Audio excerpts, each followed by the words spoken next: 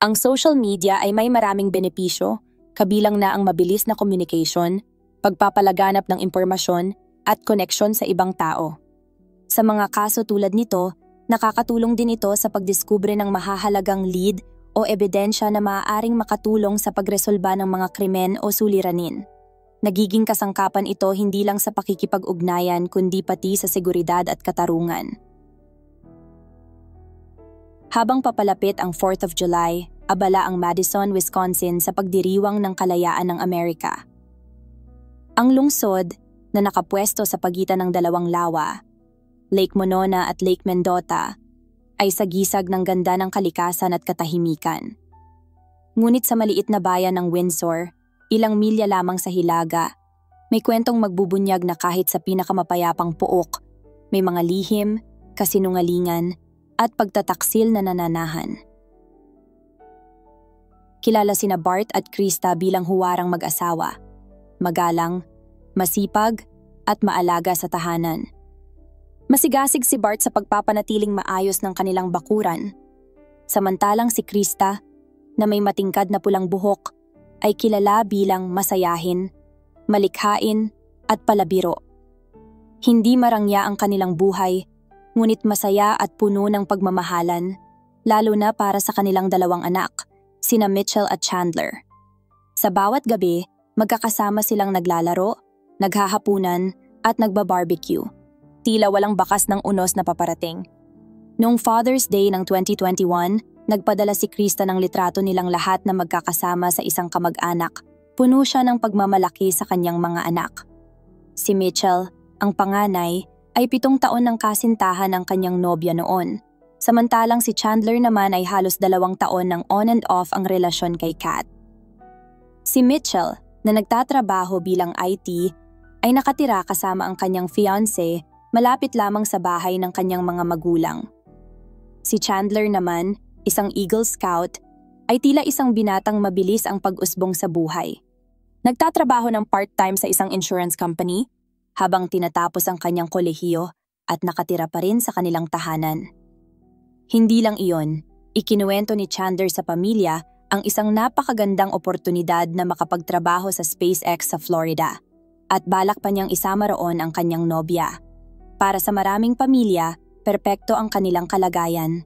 Lahat ay maayos, masaya, at tila patungo sa mas magagandang bagay. Ngunit noong June 2021, nagbago ang takbo ng kanilang kapalaran. Una, nalaman na ang panganay nilang si Mitchell ay may diabetes. At kasunod nito, ang bunso namang si Chandler ay nahulog mula sa hagdan sa kanilang bahay. Dinala siya sa ospital at natukoy na mayroon siyang pinsala sa ulo. Sa litrato noong Father's Day ng 2021, makikita siyang may brace sa leeg, tanda ng kanyang pinsala. Sinabi ng mga doktor na maaapektuhan ang kanyang kakayahang maglakad, maaaring kailanganin niyang magkaroon ng colostomy bag, at hindi na siya maaaring lumipad pabalik sa Florida. Dahil dito, naisantabi ang kanyang oportunidad sa SpaceX. Hindi siya makakatulong sa gawaing bahay at hirap pa siyang maglakad. Kadalasan, tinutulungan siya ng kanyang ina sa pag-akyat at pagbaba ng hagdan, at siya rin ang nagdadala ng pagkain sa anak. Kahit na abala si Krista sa pag-aalaga sa kanyang mga anak, bihira siyang lumiban sa trabaho. Kaya noong Friday ng July 2, nang hindi siya pumasok at hindi din nagpaalam, nagdulot ito ng pag-aalala sa kanyang mga katrabaho. Sanay silang lagi siyang present at laging nagpapaalam kung may pagbabago sa schedule. At higit pa roon, hindi rin siya sumasagot sa kanyang telepono. Isang katrabaho ang nagpasyang puntahan ang kanilang bahay upang tiyakin ang kanyang kalagayan. Pagdating niya, napansin niyang parehong naroon ang sasakyan ng mag-asawa sa garahe, ngunit wala ang mga Halderson. Mayroon silang family cabin na karaniwang pinupuntahan tuwing weekend, kaya noong unay inakala na doon lamang sila. Ngunit walang kapitbahay ang nakakita sa kanilang umalis, at wala ring nakakaalam kung sino ang kasama nila o saan sila eksaktong patutungo. Naging mas kahina-hinala pa ang lahat nang hindi siya sumipot sa isang mahalagang medical appointment noong Monday, nakaugnay ng kanyang gamutan mula sa skin cancer. Ayon sa lahat ng nakakakilala sa kanya, hindi siya basta-basta lumiliban sa ganoong bagay, lalo na kung mahalaga. noon nagsimulang mag-alala ang lahat. Hanggang sa isang umaga, biglang pumasok ang balitang ikinagulat ng kanilang mga kaibigan at kapitbahay. Nawawala sina Bart at Krista Halderson. Para sa mga nakakakilala sa kanila, imposible at lubhang nakakabahala na basta na lamang sila maglaho. Si Bart at Krista ay kilala bilang mababait at masisipag, parang kapitbahay o kamag-anak ng lahat, na nagsusumikap para sa kanilang pamilya at mabigyan ng magandang buhay ang kanilang mga anak. Gustong-gusto nila ang 4th of July at madalas silang makita sa parada tuwing okasyon na iyon. Hindi sila nagpaalam sa kahit kanino na may plano silang umalis para magbakasyon sa 4th of July weekend. Tanging isang mensahe lamang mula kay Krista para kay Chandler noong July 4 ang naging tanda na buhay sila sa panahong iyon. Nakasaad sa text, "Made it safely, love you lots." Ayon sa mga kaibigan, normal para kay Krista na makipag-ugnayan sa mga anak kaya hindi ito agad nakita bilang babala. Ang tinutukoy na destinasyon ay ang kanilang family cabin na matatagpuan 3 oras sa Hilaga. Itinayo ito ng lolo ng pamilya noon pang dekada 1940 at matagal nang nagsilbing sentro ng kanilang mga pagtitipon. Walang telepono, walang indoor plumbing. Simple at luma, pero puno ng alaala. Doon madalas maglaro, maghanap ng bato, at magpalipas ng oras ang pamilya. Ayon kay Chandler, alam niya na pupunta ang kanyang mga magulang sa cabin para sa long weekend at inaasahan niya ang kanilang pagbabalik sa July 6. Ngunit nang lumipas ang araw na iyon at wala pa rin sila, nagsimula nang mag-alala ang pamilya. Isang pinsan ang nagpadala ng email na may nakasaad, "Please pray, Bart and Krista are missing." Hindi agad makapaniwala ang mga kaanak at nagsimulang magtanong at tumawag-tawag upang alamin ang sitwasyon. Pagsapit ng July 7, 6 na araw mula nang huli silang makita, nagtungo si Chandler sa Dane County Sheriff's Office upang i-report ang pagkawala ng kanyang mga magulang. Sinabi niya na hindi pa niya nakikita ang mga ito mula noong umalis sila at kailangan ng simula ng paghahanap. Pinangunahan ni na Detective Sabrina Sims at Brian Shunk ang investigasyon. Kinapanayam nila si Chandler sa bahay ng Halderson sa Windsor. Ayon sa kwento ni Chandler, umalis ang kanyang mga magulang bandang alas 5 ng umaga, tahimik at walang iniwang palatandaan. Ngunit para sa mga nakakakilala kina Bart at Krista, ito ay kakaiba dahil hindi sila kilala na bigla ang umaalis ng hindi nagpapaalam.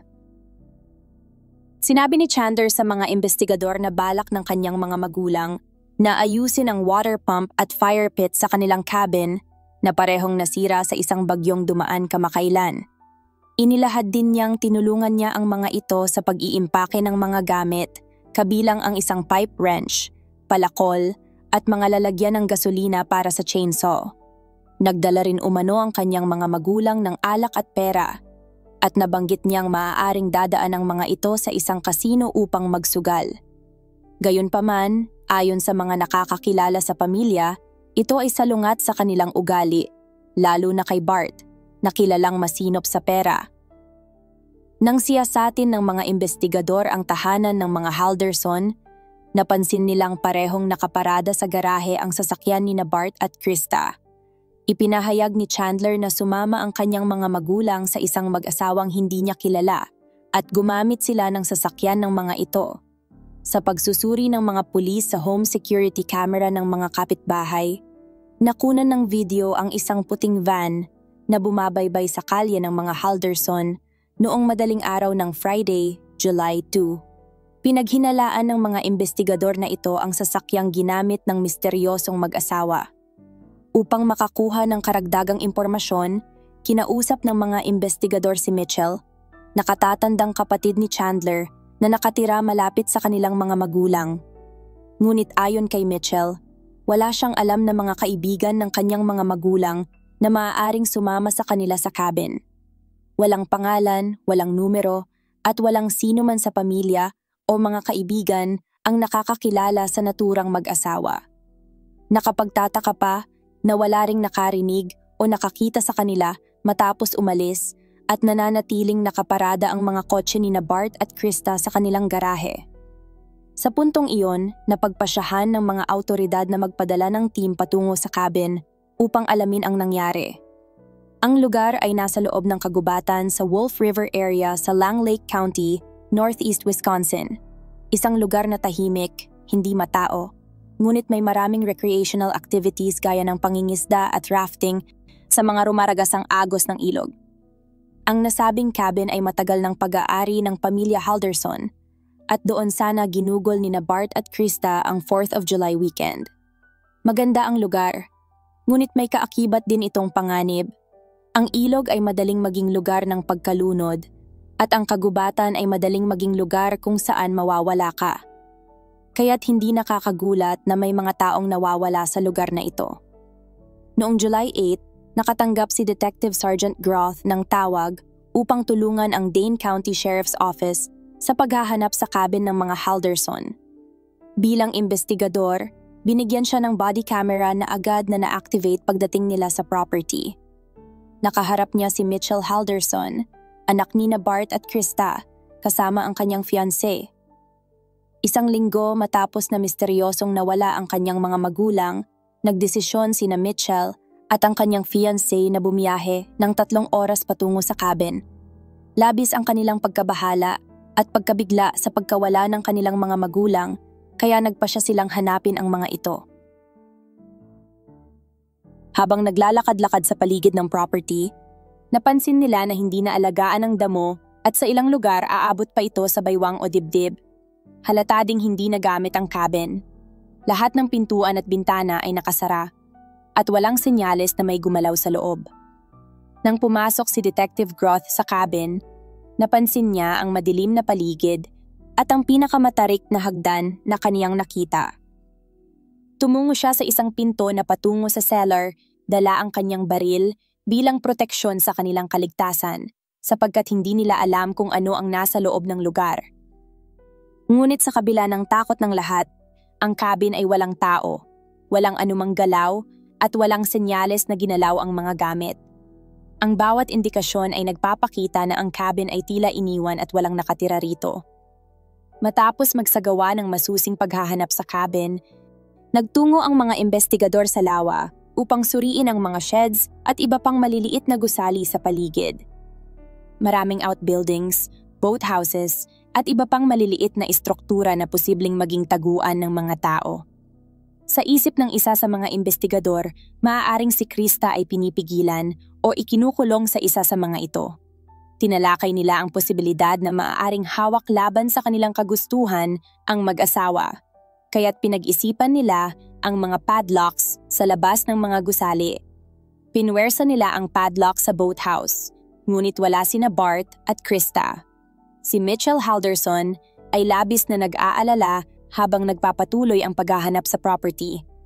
Habang hindi natatagpuan ang kanyang mga magulang, lalo pang lumalaki ang kanyang pagkabahala. Ayon sa mga report, nag-text umano sa kanya ang kanyang kapatid na sina Bart at Krista ay ligtas na nakarating sa Hilaga, ngunit hindi malinaw ang kanilang lokasyon o kasama. Sa puntong iyon, ang pagkawala ng mag-asawa ay naging isang malaking misteryo.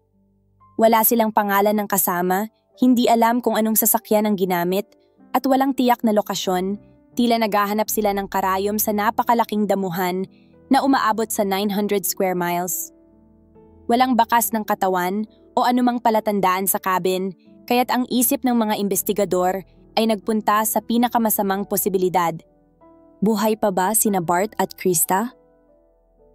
Habang naghahanda ang mga investigador at volunteers na siyasatin ang buong county, kumakalat na ang balita tungkol sa pagkawala ng mag-asawa. Habang patuloy ang paghahanap sa Windsor, si Mitchell ay nasa family cabin. Sinusuri ang mga posibleng lokasyon ng kanyang mga magulang, samantalang ang kanyang nakababatang kapatid na si Chandler ay nag-iikot sa kanilang neighborhood upang suriin ang mga home security camera. Isa sa mga kamera ng kapitbahay ang nakakuha ng larawan ng isang misteryosong puting van, ngunit nauwi ito sa dead end. Gayunpaman, hindi tumigil si Chandler at patuloy na nagtanong sa mga kapitbahay tungkol sa kanilang mga security cameras, alamin kung nakikita nito ang kalsada, driveway, at iba pang posibleng lugar na maaaring magbigay ng impormasyon tungkol sa pagkawala ng kanilang mga magulang.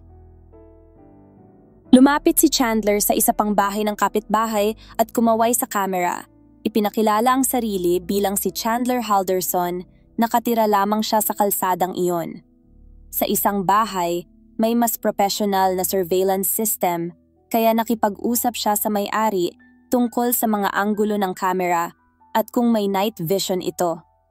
Nadiskubre niya na isa sa mga kamera ay wide-angled at tiningnan niya kung anong bahagi ng kalye ang nasasakupan nito. Sa kanyang paghahanap, tinanong niya kung may anumang naitala na footage ng mga sasakyan na dumaraan sa kalye, particular kung may nai-record ng kanyang mga magulang na iniwan ng bahay noong umaga ng July 2. Isang kapitbahay ang nagsabi na kinolekta na ng pulis ang lahat ng video footage hanggang bandang 9:00 ng gabi noong nakaraang araw. Pagkatapos, pumunta si Chandler sa isa pang bahay at pinindot ang doorbell. Ang kapitbahay, isang retiradong detective mula sa Madison Police Department, ay nag-anyaya sa kanya na mag-usap sa garahe. May kutob ang kapitbahay na dapat i-record ang pag-uusap na kalaunan ay ibinigay sa pulisya. Pinag-usapan nila kung nai-record ng door camera ang kalsada at kung may notifications mula bago mag 6:15 ng umaga ng Friday. Hindi natapos doon ang paghahanap ni Chandler. Ang kanyang mga magulang ay may mga plano para sa 4th of July weekend, kaya nagtungo siya sa WKO, isang ABC news station sa Madison, kung saan na-i-broadcast na ang larawan ng mag-asawa. Nakipag-usap siya sa mga reporter ngunit ayaw na mag-on camera dahil natatakot sa posibleng paghihiganti mula sa mga kumuha sa kanyang mga magulang. Sa kanyang interview, sinabi ni Chandler na ang kanyang mga magulang ay nag-text sa kanya upang ipaalam na ligtas silang nakarating sa cabin, kasama ang kanilang mga kaibigan, upang gumawa ng maliit na pagkukumpuni. Habang umiikot ang balita tungkol sa pagkawala ng mag-asawa, napansin ni Chandler ang pagdami ng presensya ng pulisya sa labas ng kanilang bahay. Tinawagan niya si Detective Shunk upang alamin ang nangyayari at ipinaliwanag sa kanya na nagka-canvas lamang ang pulisya sa neighborhood.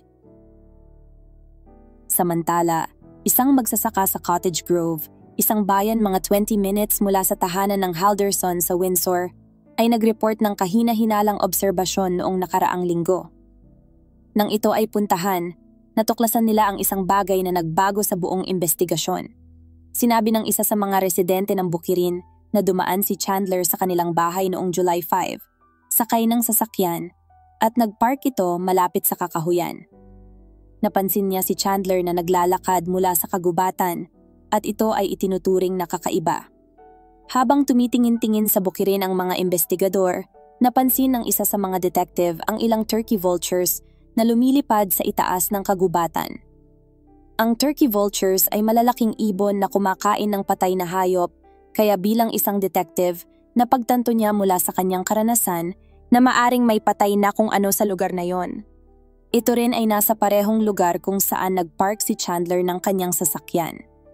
Sinundan ng detective ang landas na tinahak ni Chandler at sa mas malalim na pag-iimbestiga sa kagubatan, natagpuan nila ang isang tambak na hindi normal sa nakapalibot na damo. Sa lugar na iyon, natuklasan ng mga investigador ang bangkay ng isang lalaki na pinaniniwala ang pinatay at pinagputol-putol matapos mapatay. Ang katawan ay natagpuan sa loob ng isang oil drum, kasama ang isang pares ng gunting, lagari, at bolt cutters. Bagaman nakakagimbal ang natuklasan, kinakailangan pa ding makumpirma ng medical examiner kung ang bangkay ay kay Bart Halderson. Sa sandaling iyon, ang kaso ay tuluyang itinuring na isang investigasyon ng pagpatay, matapos na unang iproseso na kaso ng pagkawala. Bukod pa rito, lalo pang lumalim ang kaso dahil may kaugnayan ang Bukirin sa pamilya ni Halderson. Ang naturang Bukirin sa Cottage Grove ay pagmamay-ari ng pamilya ng kasintahan ni Chandler at doon sila nagdiwang noong 4th of July weekend. Humiling ang mga investigador kay Chandler Halderson na pumunta sa isang interview at gayon din ang kanyang kasintahang si Kat Melander. Pareho silang pumayag na sumama ng boluntaryo at kinausap sa magkahiwalay na silid. Habang sina Chandler at Kat ay ini-interview sa magkahiwalay na silid, si Kat ay naglaro ng isang Pooh Bear at nagdrawing ng smiley face sa sequin pillow. Inalok siya ng detective ng biskwit upang maging komportable. Sa kabilang silid, habang nakaupo at ini-interview, ikinuwento ni Chandler ang huling pagkain nila ng kanyang mga magulang noong July 1 bago sila umalis patungong cabin. Sa hapagkainan, sinabi ng kanyang mga magulang na pupunta sila sa cabin kasama ang kanilang mga kaibigan. Kinabukasan, umalis ang kanyang mga magulang at mula noon, wala nang balita tungkol sa kanila maliban sa isang text mula kay Krista na siyang nagdulot kay Chandler ng pangamba at pagdududa. Lumabas din sa interview na bumisita si Chandler sa Bukirin noong July 4 kasama si Kat, ngunit kinabukasan ay bumalik siya ng mag-isa, walang sinabihang sinuman. Ayon kay Kat Melander, habang nagmamasid sa Bukirin, nakita niya si Chandler na walang suot na pang-itaas at papalapit sa pool na sinasabing, "Pwede ba akong sumali sa pool?" Dapat ay naroroon siya upang lumangoy bilang bahagi ng kanyang therapy, ngunit hindi siya lumangoy. Napansin ni Kat na nanggaling si Chandler mula sa kakahuyan at nakita niya ito bilang kakaiba. Nakapukaw ito ng kanyang pansin dahil hindi ginagawa ni Chandler ang nararapat na mga ehersisyo sa pool para sa kanyang therapy. Nang tanungin si Kat kung may sino mang posibleng may intensyong saktan ang pamilyang Halderson or kung may kaibigan o kamag-anak na nagkaroon ng alitan sa kanila, agad niyang sinabi na wala siyang maisip na taong gagawa niyon. Sa kanyang palagay, maaaring na aksidente lamang ang mga ito, gaya ng isang car accident, at baka dinala sila sa ospital bilang mga hindi pa nakikilalang pasyente, gaya ng Jane at John Doe. Para sa kanya, kung sakaling may pumatay sa kanila, malamang na isang taong hindi nila kilala ang may kagagawan. Sa puntong ito, ang mga detective ay hindi pa ipinapaalam kay Chandler ang lahat ng mga natuklasan, kabilang ang katawan ni Bart Halderson. Ito ay may malaking epekto sa paraan ng interview at pakikipag-usap sa kanya.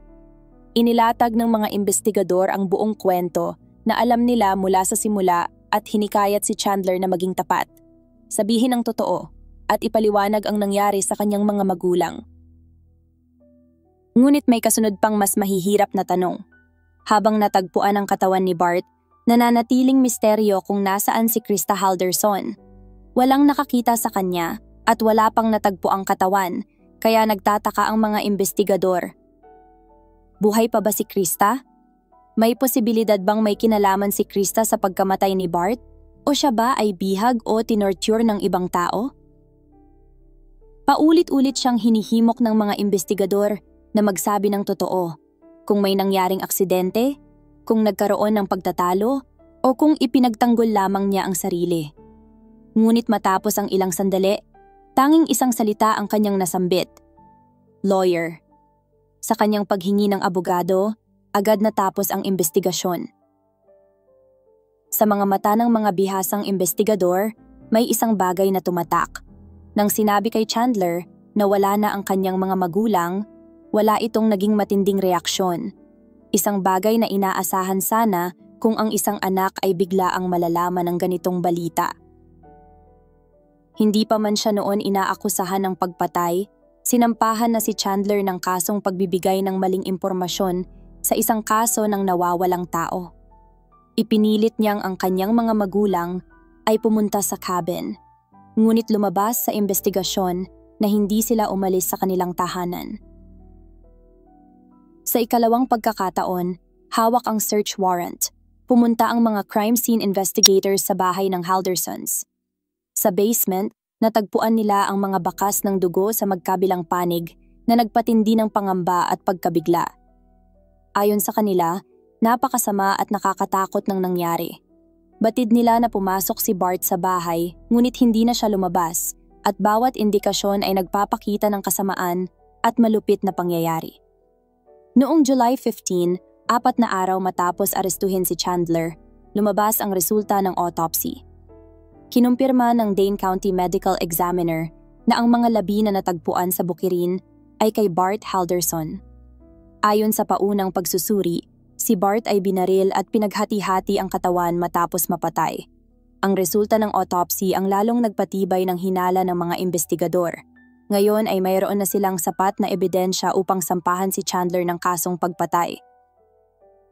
Para sa mga nakakakilala kay Bart, ang balita ay lubhang nakakagulat. Ang galit at kawalan ng katiyakan ay bumalot sa kanila. Lalo pang naging mahirap ang sitwasyon sa kawalan pa rin ng impormasyon tungkol sa kinaroroonan ni Krista Halderson. Habang lumalalim ang investigasyon sa pagkawala ni Bart at Krista Halderson, mas lalo pang dumami ang mga tanong kaysa sagot. Bagamat si Chandler ay naninirahan kasama ng kanyang mga magulang at kilalang malapit sa kanyang ina, may ilang nagsimulang magtanong, maaaring ba niyang sinubukang pagtakpan si Krista? Posible kayang may kinalaman siya sa pagkamatay ni Bart? Ngunit agad itong pinabulaanan ng mga investigador. Sa kanilang pagsusuri ng surveillance footage mula July 1 hanggang July 7, wala silang nakitang anumang ebidensya na mag-uugnay kay Krista sa krimen. Ayon pa sa mga nakakakilala sa kanya, hindi umano ito tugma sa kanyang pagkatao. Sa kabila nito, patuloy ang pangamba. Isang bagay na karaniwang nababasa lang sa balita.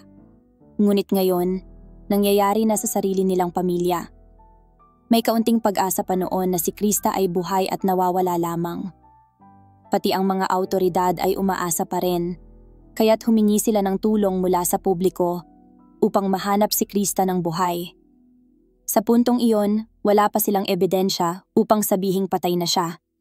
Ngunit nanatiling malaking tanong para sa lahat. Bakit? Bakit gugustuhin ni Chandler o ng sino man nasaktan ang mga magulang na kilala bilang mapagmahal? Habang nakakulong na si Chandler at sinampahan ng kasong first-degree intentional homicide, hiding a corpse, at mutilating a corpse, patuloy pa rin ang paghahanap kay Krista. Nagkakaroon na ng pangamba na baka hindi na siya matagpuan ng buhay. Sa bawat minutong lumilipas, lalong bumibigat ang sitwasyon. Habang tahimik si Chandler matapos humiling ng abogado, nagsalita ang kanyang kasintahan na si Kat Melander. Nang maibalik sa kanya ang kanyang cellphone na kinuha ng mga pulis noong siya ay unang na-interview, may nakita siyang mahalagang mensahe mula sa Snapchat na nais niyang ibahagi sa mga awtoridad. Sa ikalawang panayam, inamin ni Kat na may impormasyon siyang hindi agad na ibahagi. Hindi niya ito sinasadya, ngunit ngayon ay nauunawaan niyang makatutulong ito sa investigasyon. Sa pagsusuri ng cellphone ni Kat, natuklasan ng mga investigador ang maraming mahahalagang detalye, mga mensahe at datos na hindi rin niya namamalayang nasa kanyang device. Isa sa pinakamahalagang ebidensyang nakita ay isang screenshot mula sa Snapchat. Ang ebidensyang ito ay magbubukas ng panibagong yugto sa investigasyon, isang hakbang palapit sa kung nasaan si Krista at kung ano nga ba talaga ang nangyari. Ang Snapchat ay isang social media app na dinisenyo para sa mabilisang pagpapadala ng mga larawan at mensahe na kusang nawawala makalipas ang ilang segundo. Noong 2017, nagdagdag ito ng tampok na tinatawag na Snap Map, kung saan maaaring i-share ng isang user ang kanyang lokasyon sa real-time sa mga kaibigan. Sa kaso ni Chandler Halderson, naging mahalaga ang tampok na ito. May kasunduan noon si Chandler at ang kanyang kasintahan, si Kat Melander, na i-activate ang lokasyon sa Snapchat matapos ang isang issue ng cheating sa kanilang relasyon. Bilang bahagi ng kanilang kasunduan, nais ni Kat na masubaybayan ang kinaroroonan ni Chandler. Isa sa mga ebidensyang nakita ay ang screenshot mula sa Snap Map noong July 3, bandang 8:58 a.m. na nagpapakita ng lokasyon ni Chandler malapit sa Wisconsin River, sa tapat ng Gulf Road. Napagpasyahan ni Kat at ng kanyang abogado na ang impormasyong ito ay maaaring maging susi sa investigasyon at makakatulong din upang tuluyang maalis siya sa listahan ng mga person of interest. Sa oras ding iyon, isang press briefing ang isinagawa, kung saan tinanong ng isang mamamahayag kung si Kat ay isa sa mga sospek. Hindi sumagot ang sheriff na siyang lalong nagpabagabag kay Kat. Ngunit ayon sa mga investigador, agad nilang nilinaw sa kanilang pagsusuri na si Kat ay walang kinalaman sa krimen. Nang masuri ang kanyang cellphone at makita ang ibang detalye kaugnay ni Chandler, naging malinaw na wala siyang partisipasyon. Itinuturing ng mga awtoridad na ang pagiging bukas ni Kat sa pagbibigay ng impormasyon ay may kinalaman sa kagustuhan niyang malinis ang kanyang pangalan. Noong araw na nawala sina Bart at Krista, umalis si Kat mula sa bahay ni Chandler. Sinabi ni Chandler na siya ay mag-aasikaso lamang ng ilang gawaing bahay, ngunit makalipas ang ilang oras, hindi na siya makontak ni Kat. Nang suriin ni Kat ang snap map, laking gulat niya na si Chandler ay nasa isang liblib na lugar sa may Wisconsin River. Isang lugar na hindi niya inaasahang puntahan ng kasintahan sa ganitong oras. Alam niya ang lugar. Isang swimming hole na ilang beses na rin nilang napuntahan noon. Habang siya'y nagtatanong sa mga mensahe, hindi agad tumugon si Chandler at nang sa wakas ay makausap niya ito, ang paliwanag lamang ay siya'y nasa dead zone. Ilang araw matapos ang pangyayaring ito, isang dating kasintahan ni Chandler ang lumapit sa pulisya at ipinakita ang isang litrato niya na kuha sa parehong lugar. Nakatayo sa tabi ng puno at may hawak na kutsilyo. Makikita rito ang koneksyon ni Chandler sa lugar at kung gaano ito pamilyar sa kanya. Habang nagbibigay ng mas malinaw na direksyon ang ebidensya mula sa Snapchat, naging mas mahalaga pa ang natuklasan na napakaraming text messages sa pagitan ni Kat at Chandler. Ilang mensahe ni Chandler noong umaga ng pagkawala ni Bart at Krista ay tumatak sa mga investigador dahil sa tila nakakaalarmang tono. Ayon kay Chandler, "I don't know. Stuff hasn't really been going well for me lately, so I'm trying to plan for the next thing to exploit of me over. I just had a great future planned and it's falling apart." Agad na sumagot si Kat upang palakasin ang loob ng kasintahan. "No, it's not. You're going to be okay." Sa puntong ito, lalo nang tumindi ang pagdududa laban kay Chandler. Dahil dito, nakakuha ng search warrant ang mga awtoridad upang muling balikan ang bahay ng mag-anak sa Windsor, ang huling lugar na tiyak na nakita sina Bart at Krista. Noong July 11, 2021, pinayagan ng korte ang mas malalim na pagsusuri sa Halderson home, kasabay ng formal na pagdeklara ng Dane County Sheriff's Office na ang kaso ay isa ng homicide investigation. Ito ay matapos matagpuan ang bangkay ni Bart Halderson sa isang liblib na bahagi ng Cottage Grove ilang araw bago nito. Ang mga investigador ay pamilyar na sa loob ng bahay dahil ilang beses na nilang nabalikan ito. Noong July 7, 2021, sa unang search, pinasok nila ang tirahan kasama si Chandler, na naglakad at nagpakita lamang ng mga bagay na gusto niyang makita ng pulis.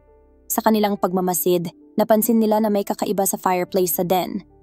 Ang glass front nito ay dapat 4 na panel, ngunit isa ang nawawala. Ayon kay Chandler, nabasag ang glass panel habang naglalaro siya ng bola kasama ang kanilang aso at nakakalat ang bubog sa sahig. Dagdag pa niya, nasugatan daw ang kanyang paa habang naglilinis kaya nagkalat ang dugo. Ngunit nang siyasatin ng mga pulis ang kanyang sugat, nagduda sila. Hindi ito tugma sa paliwanag, hindi ito malalim na hiwa gaya ng aasahan kung madadaanan ng bubog, kundi tila maliit lamang na tusok o gasgas. Higit pa rito, hindi maipapaliwanag ng sugat ni Chandler kung bakit natagpuan din ang bakas ng dugo ni Bart at Krista sa parehong lugar. Sa ikalawang search sa bahay, nagsagawa ng masusing pagsusuri gamit ang luminol. Dito natuklasang mayroong mga bakas ng dugo ni Bart at Krista Halderson na nagpatibay sa suspetsa ng mga awtoridad na ang krimen ay nangyari mismo sa loob ng tahanan. Natagpuan din sa garahe ng kanilang tahanan ang 2 cellphone at mga driver's license ni Bart at Krista na nakabalot sa aluminum foil, nakatago sa loob ng isang sapatos. Para sa mga investigador, malinaw ang mensahe ng ebidensyang ito. Hindi umalis sina Bart at Krista upang magpunta sa cabin gaya ng sinabi ni Chandler. Lalo pang napatunayan ang kasinungalingan nang makumpirma na ang cellphone ni Krista ay nasa kanilang bahay pa rin, taliwas sa deklarasyon ni Chandler na nakatanggap siya ng mga text mula rito habang di umano'y nasa isang family trip ang kanyang mga magulang. Kung nandoon ang cellphone, imposibleng siya ay nagte-text mula sa labas. Bukod dito, natuklasang sa silid ni Chandler ay may nakatagong mahigit 480 rounds ng SKS rifle ammunition na nagpapakita ng kakaibang interes niya sa mga baril. Nang bumaba naman ang mga awtoridad sa basement, nakakuha sila ng higit pang ebidensya. Bakas ng dugo sa magkabilang panig ng basement, at isang shell casing na tumutugma sa uri ng bala na natagpuan sa silid ni Chandler. Pinaniwalaan ng mga investigador na dito mismo pinaslang sina Bart at Krista. Gayunpaman, hindi pa matukoy kung nasaan ang mismong murder weapon hanggang sa nadiskubre ito ilang araw matapos matagpuan ang bangkay ni Bart. Ang SKS rifle ay nakuha mula sa isang barn sa Cottage Grove Farm, nakatagong mabuti. Ang sandatang ito ang tumugma sa mga shell casing at ammunition na natagpuan sa bahay at nag-uugnay ng direkta kay Chandler. Kilala si Chandler sa pagkahilig sa first-person shooter video games kung saan paborito niyang gamitin ang SKS rifle, isang detalye na lalo pang nagbigay ng bigat sa koneksyon. Kasabay ng pagbabahagi ng kasintahan ni Chandler ng Snapchat snapmap, isang residente malapit sa ilog ang nagsabi sa pulis na nakakita siya ng kahina-hinalang lalaki sa lugar noong linggo na nauna sa pagkawala ni Bart at Krista. Dahil dito, agad na nagpadala ang mga awtoridad ng search teams at K9 units sa lugar na napapalibutan ng makakapal na damo at puno sa pagitan ng kalsada at ilog. Sa kanilang pag-iikot, ilang tauhan ang nakadama ng kakaibang amoy. Nang kanilang sundan ito, tumambad ang isang nakagigimbal na tanawin. Mga pira-pirasong bahagi ng katawan ng tao. Magkakalapit ang kinalalagyan, at kalaunan ay nakumpirmang mga labi ni Krista Halderson. Kinumpirma ng Dane County Medical Examiner's Office, katuwang ang Wisconsin State Crime Lab, na ang DNA na nakuha mula sa bahagi ng mga pinira-pirasong katawan ng tao ay tumutugma kay Krista Halderson. Ang resulta ay nagdulot ng matinding galit, pagkabigla, at pagkasuklam hindi lamang sa mga investigador, kundi pati na rin sa mga kaibigan ng pamilya Halderson. Hindi matanggap ng marami kung paano nagawang gawin ni Chandler ang ganoong karumal-dumal na krimen laban sa sarili niyang mga magulang. Isang detective ang nakaramdam ng deja vu sa lugar kung saan natagpuan ang mga labi ni Krista, hanggang sa mapansin niya ang isang natatanging puno na kahawig ng nasa litrato mula sa dating kasintahan ni Chandler. Ang litratong iyon ay ipinakita noon sa pulis. Si Chandler, nakatayo sa tabi ng kanyang paboritong swimming spot, malapit sa Wisconsin River. Dahil sa pinagsama-samang ebidensya, opisyal nang kinasuhan si Chandler Halderson sa pagpatay sa kanyang mga magulang. Nagpahayag siya ng not guilty sa lahat ng kasong isinampa. Ngunit sa publiko at sa mga nakasubaybay, ang buong kaso ay tila isa ng bangungot. Paano magagawa ng isang anak ang ganito sa sarili niyang mga magulang? Ayon sa mga kakilala, ang pamilya Halderson ay isang mapagmahal na pamilya. Walang malinaw na dahilan, at iyon ang malaking tanong na kailangang sagutin ng mga taga-usig. Pagsapit ng January 2022, habang nagsasaya ang lungsod ng Madison, Wisconsin sa pagpasok ng bagong taon, formal namang nagsimula ang paglilitis ukol sa dobleng pagpatay kay Bart at Krista Halderson. Ang mga abogado ng prosekusyon ay naglatag ng layunin. Patunayan na si Chandler ang may kagagawa ng pagpatay, pagputol-putol ng katawan, at pagtatago sa mga labi ng kanyang mga magulang sa iba't ibang bahagi ng southern Wisconsin. Upang makuha ang panig ng hurado, iginiit ng prosekusyon ang kanilang pangunahing estratehiya. Ipaliwanag kung bakit kayang gawin ni Chandler ang ganoong krimen. Ayon sa kanila, buong-buo na katang-isip ang kwento ni Chandler tungkol sa kanyang mga magulang na umalis sakay ng isang hindi kilalang sasakyan kasama ang isang di kilalang mag-asawa at nagtungo raw sa kanilang cabin nang may dalang pera para magbakasyon. Samantala, ang depensa naman ay tumutol at idiniing hindi sapat ang ebidensya upang mahatulang may sala si Chandler. Inamin mismo ng kanyang mga abogado sa pagbubukas ng paglilitis, Chandler Halderson is a liar. Ngunit agad nilang dinugtungan, liar does not equal killer. Ayon sa kanila, isang karaniwang binata lamang si Chandler na naninirahan pa kasama ang kanyang mga magulang. At wala namang ipinapakitang kakaiba o nangingibabaw na ugali. Giit pa nila, ang mga kasinungalingan niya ay hindi sapat na ebidensya upang gawing batayan ng mabigat na paratang ng malupit na pagpatay. Isa sa pinakamahalagang saksi ay si Omar Job, isang enrollment officer mula sa Madison College. Ibinahagi niya sa korte ang isang tawag na natanggap niya noong June 29, 2021 isang tawag na hindi niya malilimutan. Ang tumawag, ayon sa introduction, ay si Chandler Halderson na humihiling ng kopya ng kanyang transcripts. Ngunit nang sinubukan ni Job na hanapin ang mga enrollment records, lumitaw ang katotohanan. Si Chandler ay tumigil na sa pag-aaral matapos ang ilang semester at wala ding nakarecord na IT degree or solar program na tinapos. Mas lalong ikinagulat ng lahat ang sumunod na natuklasan. Ang boses sa kabilang linya ay hindi pala kay Chandler, kundi sa kanyang amang si Bart Halderson na nagpanggap bilang anak niya. Sa korte, pinatugtog ang mismong recording ng tawag at malinaw na narinig ng hurado kung paanong si Bart mismo ang nagsisiyasat dahil nagsimula na siyang maghinala sa mga kwento ng kanyang anak. Para sa prosekusyon, ito ang matibay na ebidensyang nagpapakita na tuluyan ng nabunyag kay Bart ang mga kasinungalingang matagal nang ginagawa ni Chandler.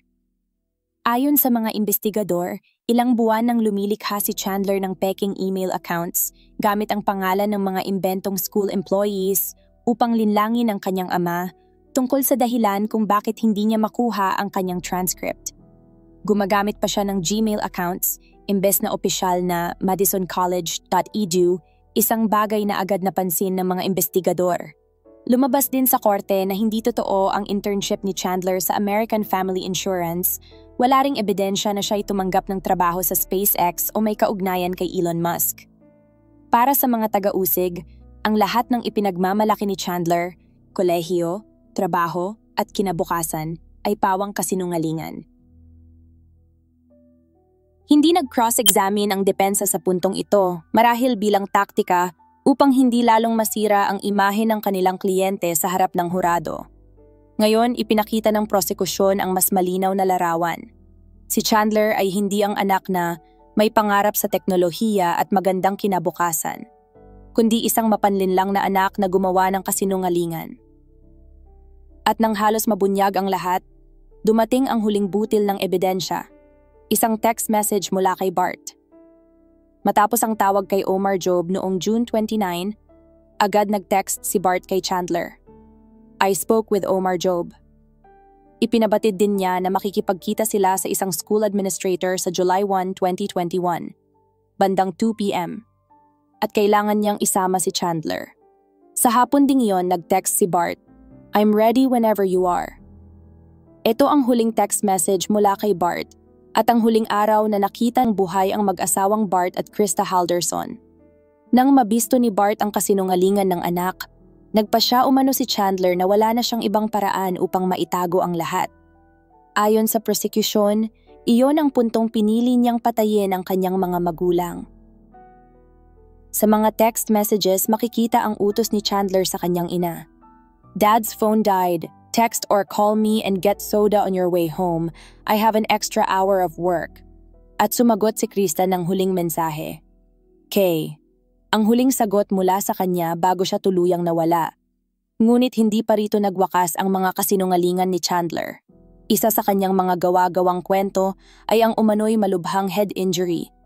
Nanatamo niya matapos umanong madapa sa hagdan noong late June 2021. Isang pinsalang sinasabi niyang maaaring magdulot ng pangmatagalang epekto. Subalit, batay sa pagsusuri ng doktor mula sa University of Wisconsin Hospital, mild concussion lamang ang kanyang tinamo, kalakip ng bahagyang pananakit ng leeg. Bilang lunas, binigyan lamang siya ng neck brace para pansamantalang suporta. Sa paglilitis, ipinakita ng prosekusyon ang litratong kasama ni Chandler, Bart at Krista noong Father's Day 2021, kung saan suot pa niya ang brace.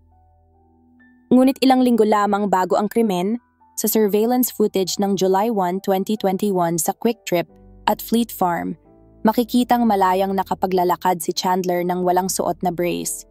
Bumibili pa siya ng 2 bag ng yelo at isang tarp na ginamit umano sa pagtatago at pagtatapon ng mga labi ng kanyang mga magulang. Isang mahalagang saksi rin ang kanyang nooy girlfriend na si Kat Melander, na nagpaliwanag kung bakit siya nakipagtulungan sa mga investigador. Ipinakita niya ang snap map evidence na naglagay kay Chandler sa Wisconsin River at inalala rin niya ang kakaibang amoy ng usok sa loob ng bahay noong unang beses siyang dinala roon sa kasagsagan ng search. Lumabas ang pinaka-nakakakilabot na ebidensya sa Day 7 ng trial. Natagpuan ng mga investigador ang 230 fragmented human bones sa loob ng fireplace ng bahay ng Halderson.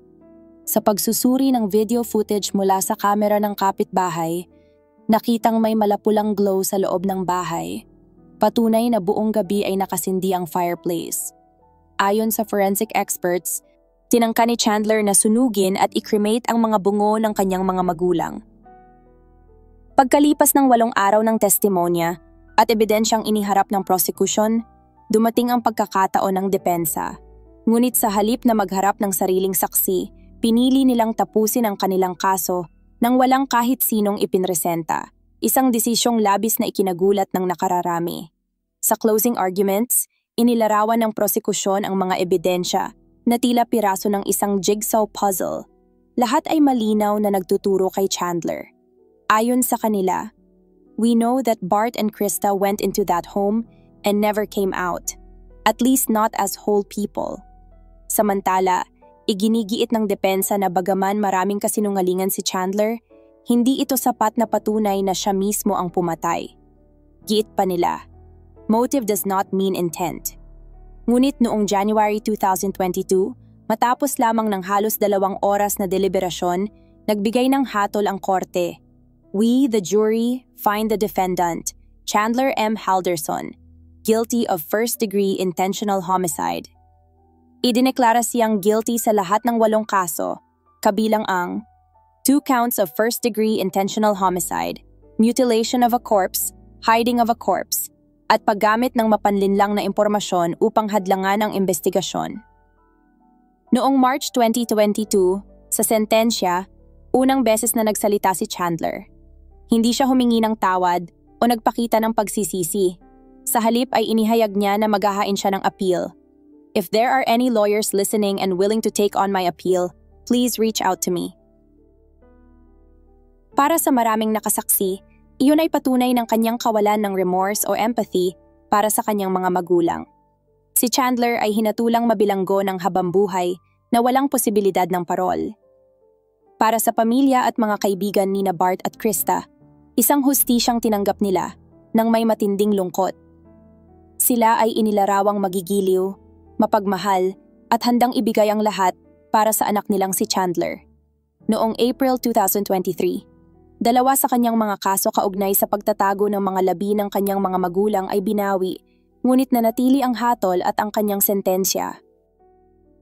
Sa huli, naiwang tanong para sa lahat kung bakit nagawang patayin ni Chandler ang kanyang sariling mga magulang. Mga taong walang ibang hangad kundi ang mabuti para sa kanya.